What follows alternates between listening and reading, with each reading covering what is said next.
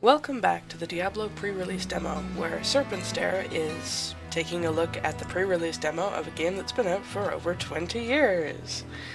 And we are currently standing in the town square. These scrolls have survived both being left in town for an extended period of time and the saving and loading of the game, so that's a positive thing. What can I do for you? Let's see what you've got to offer me for the blue cape. That's quite a bit of money.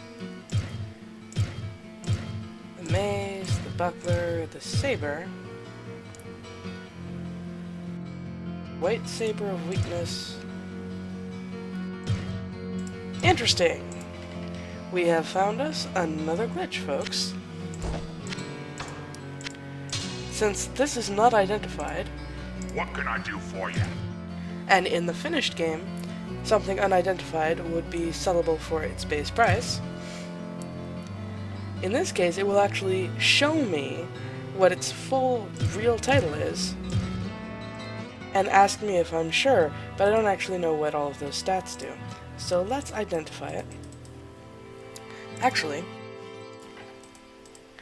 amusingly enough, because I'm not able to cast spells in town, I can't identify this until going What can I back do into the for ya? dungeon. So I'm just going to sell it at the standard price.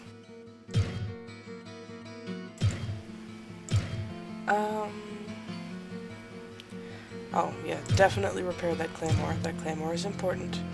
I don't care as much about the leather armor. It's ugly as fuck, which shouldn't make a difference in my value calculations, honestly, and yet it kind of does. Ogden, do you have anything else interesting to say?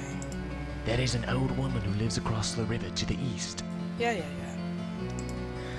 Alright, I'm going to cut ahead to the next time I'm in the dungeon, more or less close to where I was, and I'll probably do a run or two picking up some of the cruddy armor and equipment that I don't actually want. It turns out that I can't sell my cruddy, cursed cape to either the witch or the blacksmith, and I don't think there's anyone else I can trade with. So I'm just gonna try to, throw it in the river. Which I can't do, but I can throw it next to the river. And I guess that'll just be where my garbage hangs out. Okay, Griswold, I'll buy a small shield with 7 defense. That sounds decent. And it looks really cool. Okay, this is more or less where we left off. And I was just gonna go through that door, which I had not explored beyond yet. I cleared out most of the dungeon of useless or semi-useless crap that I'm not gonna use.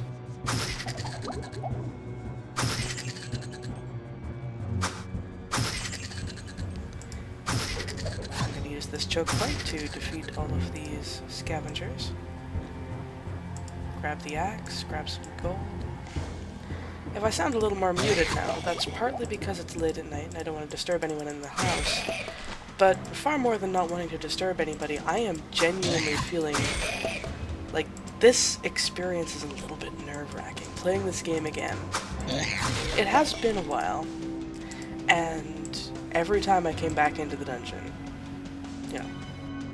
once or twice, to pick something up and bring it back to town, I walked past the area that led to the butcher's room again, and just the knowledge that that's there has been Where would I put genuinely this?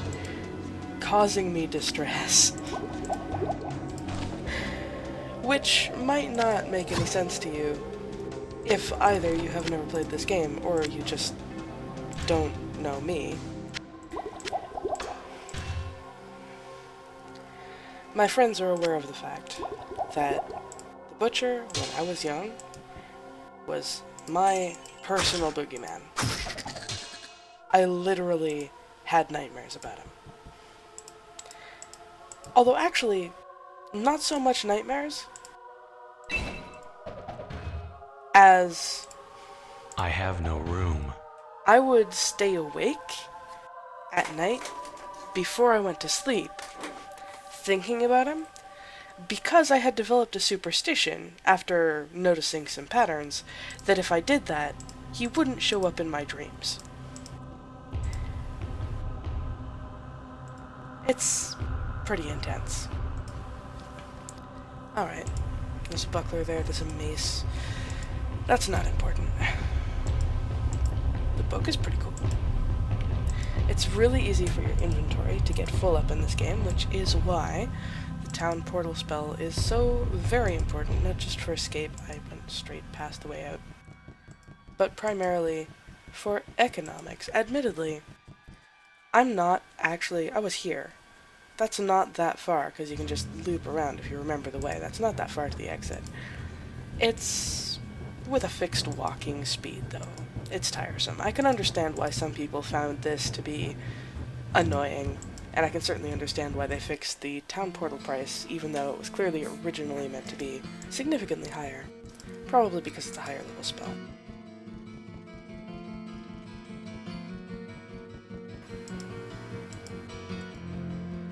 Or something to that effect. I wonder how many experience points I have left to get to the next level. About 600, 500, roughly. You can check on stuff like that. Let's see what we got. We got a Book of Healing. I'll throw that down close to the Book of Identify. And I have an unidentified mace. I really should have identified that before I came back up. However, I can attempt to sell it to Griswold. What can I do for you? And he'll tell me what it is. Atrophy! Well, yes, I will sell that item. That would be a garbage item for me to keep. And he will still give me the price of the regular unidentified item for it. We've got a short staff of Firebolt. We've got a whole bunch of scrolls of Firebolt as well. They're cluttering up my inventory, but I don't particularly want to sell them. Because I think magic could be very useful against the Butcher when eventually I open that door and see whether or not this version has a cutscene. Nervous chuckle. But you know what? I don't actually feel that bad about it. Because recently I saw Grimmeth playing the Beelzebub version of Diablo 1, which is part of what inspired me to look up this game again and see if I could get it working on my system, and that led to me finding the pre-release demo, which has been hilarious and utterly worth my time. And honestly, it makes me feel kind of better and less self-conscious about myself as I clip through that wall, that Grimmeth also feels nervous about the Butcher. And frankly, anyone who ever played this game as a kid, you probably did too. Alright, I've found a dagger. I'm not sure I found one of those before. And I'm getting some use out of my Fireball spell.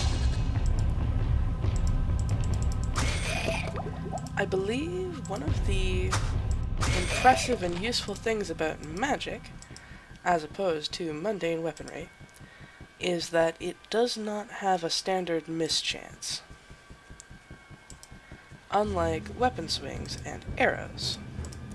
It's also more costly to use, so I imagine that, partly to make up for that, the devs were like, okay, so you can't cast as many of these spells until you run out of mana. I think that was an arrow hitting a fallen one over there. So, we don't want you to waste the casts that you do get. As long as your spell enters a square that a monster is standing in, and the monster isn't immune to that particular element, they did add immunities, at least in the fully released game, then you'll hit the thing.